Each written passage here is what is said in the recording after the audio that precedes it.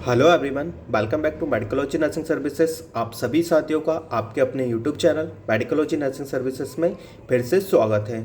सो friends, medicology nursing services आप सभी लोगों के लिए यहाँ पे वैकेंसी का अपडेट लेके आया हुआ है।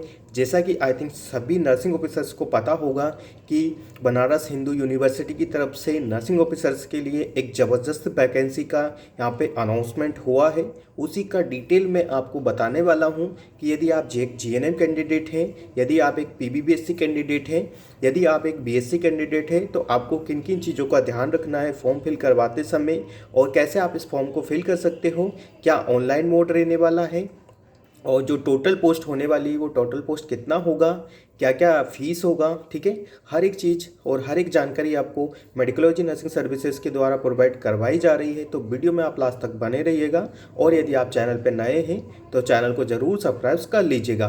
नर्सिंग प्रोफेशन से रिलेटेड हर एक अपडेट आपको आपके अपने YouTube channel medicology nursing services द्वारा प्रोवाइड करवाई जाती है। तो चलिए सबसे पहले बढ़ते हैं हम वैकेंसी की ओर। जो वैकेंसी यहाँ पे निकला हुआ है, ये वैकेंसी मैं आप सभी लोगों को बता देता हूँ कि एक सेंट्रल लेवल का ये वैकेंसी आपको देखने को मिलेगा, जिसमें आपका पे स्केल हो सकता है 44,900 रुपये से लेके तो 1,47,400 रुपये आपका सैलरी पे स्केल यहाँ पे देखने को मिलेगा। तो कहने वाली बात है कि एक बेहतरीन सैलरी पैकेज के साथ ये जॉब आप सभी लोगों को देखने को मिलेगी, ठीक है। तो ये तो हो गया हमारा सैलरी पैकेज के रिगार्डिंग।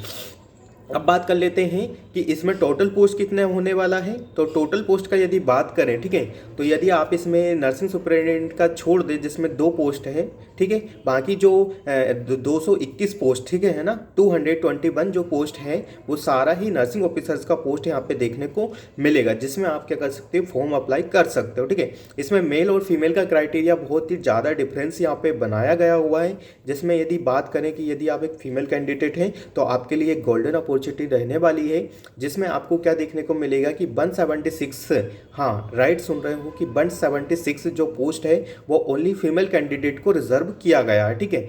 और वही बात करें 45 जो सीट्स है वो ओनली वॉइस या मेल जो नर्सिंग ऑफिसर्स रहेंगे उनके लिए अलॉटेड किया गया है। तो यहाँ पे इतना बड़ा डिफरेंस है। यदि आप एक फीमेल कैंडिडेट है तो बिल्कुल आप इस फॉर्म को अप्लाई करिएगा, ठीक है। और यदि आप एक मेल कैंडिडेट हैं तो आप बिल्कुल भी डिमोटिवेट मत होइएगा, क्योंकि आपको पूरा ही 176 या 221 सीट्स पे आपको जॉब नहीं लेना है, आपको ओनली सिंगल एक सीट पे जॉब आपको लेना है, ठीक है। तो इन चीज़ों को आपको ध्यान में रखना है। पोस्ट आपको डिसाइड नहीं करती कि आपका सिलेक्शन होगा या नहीं होगा, ठीक है, बट हाँ आपकी मेहनत जरूर डिसाइड कर देते कि आपका सिलेक्शन होगा या नहीं होगा, ठीक है। तो ये तो हो गया आपकी पोस्ट के रिगार्डिंग। अब बात कर लेता हूँ मैं कि यदि आप एक जीएनएम कैंडिडेट है तो आपको किन चीज़ों की रिक्वायरमेंट लगेगी आपको बीएचयू के फॉर्म फिल करने के लिए, ठीक है। तो बढ़ते हैं हमारी अपडेट की ओर। सबसे पहले बता दें कि यदि आप एक जीएनएम कैंडिडेट हैं तो आपके पास एक वैलिड रजिस्ट्रेशन होना चाहिए।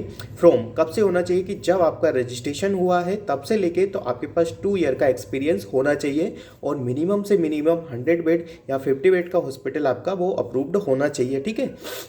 ये सब कुछ एनएबीएच से अप्रूव्ड आपका हॉस्पिटल होना चाहिए, तभी आप इस फॉर्म के लिए अप्लाई कर पाएंगे, अदरवाइज आप इस फॉर्म के लिए अप्लाई नहीं कर पाएंगे, ठीक है। और सेकंड क्राइटेरिया क्या है, यदि वह बच्चे हैं जो कि क्या कर रहे हैं कि जेएनएम करने के बाद पीबीबीएससी हो चुका है उनका, और उनको भी क्या करा है कि बीएचयू ने यहाँ पे एक क्राइटेरिया सेट करके रखा है कि उनको भी यहाँ पे क्या है कि 1 ईयर एक्सपीरियंस चाहिए विद 50 बेडेड हॉस्पिटल का अप्रूव्ड होना चाहिए, एनएबीएच वगैरह से सब चीज़ों से वो हॉस्पिटल क्या होना चाहिए, अप्रूव्ड होना चाहिए, तभी क्या कर सकते हो आप इस पोस्ट के लिए अप्लाई कर सकते हो, ठीक है। तो बीएससी कैंडिडेट का क्लियर हो गया है, ठीक है।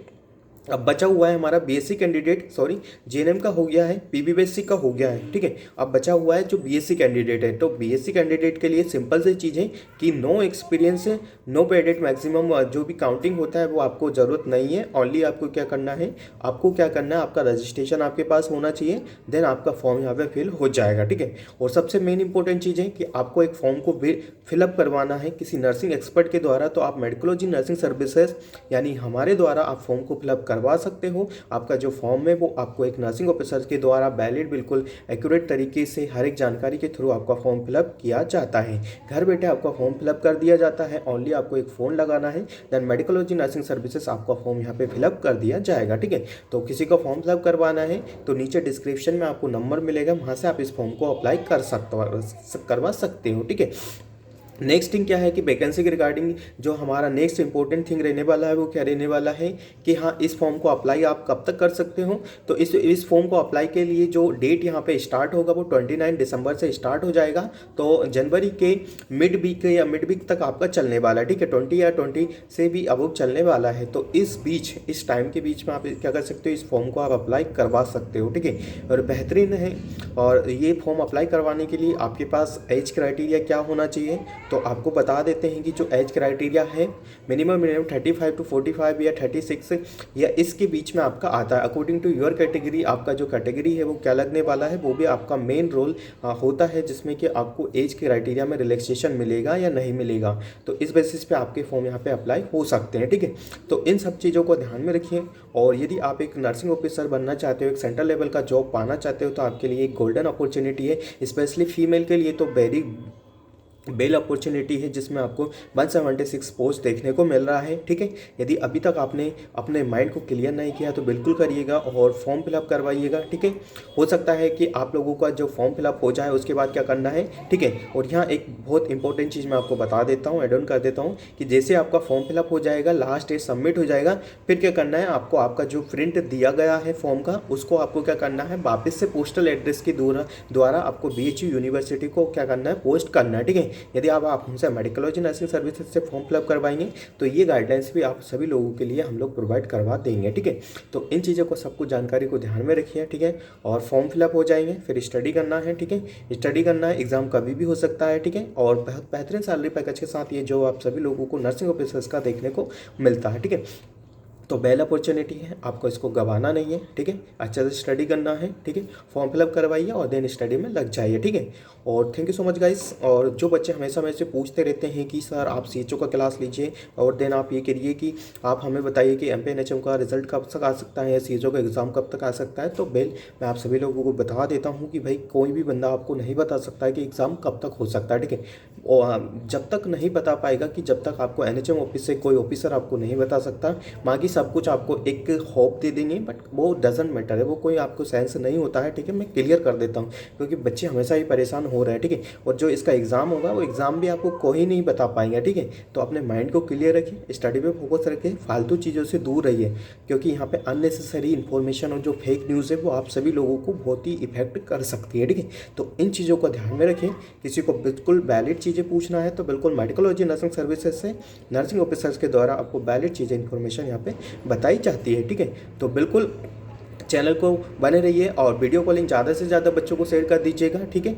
और सिंपल सी बात है कि आप यदि आपको CHO का एग्ज़ाम क्रैक करना है तो आप हमसे मेडिकोलॉजी नर्सिंग सर्विसेज से CHO के प्रीवियसली क्वेश्चन पेपर ले सकते हो। अभी रिसेंटली जो मिलिट्री नर्सिंग का फॉर्म ओपन हुआ है उसका भी लिंक एक्टिवेट है अभी, यदि आपको फॉर्म फिलअप करवाना है तो वो भी आप हमसे फिलअप करवा सकते हो, ठीक है। तो बाबा मिलते हैं हम नेक्स्ट अपडेट के साथ, तब तक बने रहिए मेडिकोलॉजी नर्सिंग सर्विसेज के यूट्यूब चैनल पर। Thank you so much guys, take care, good day.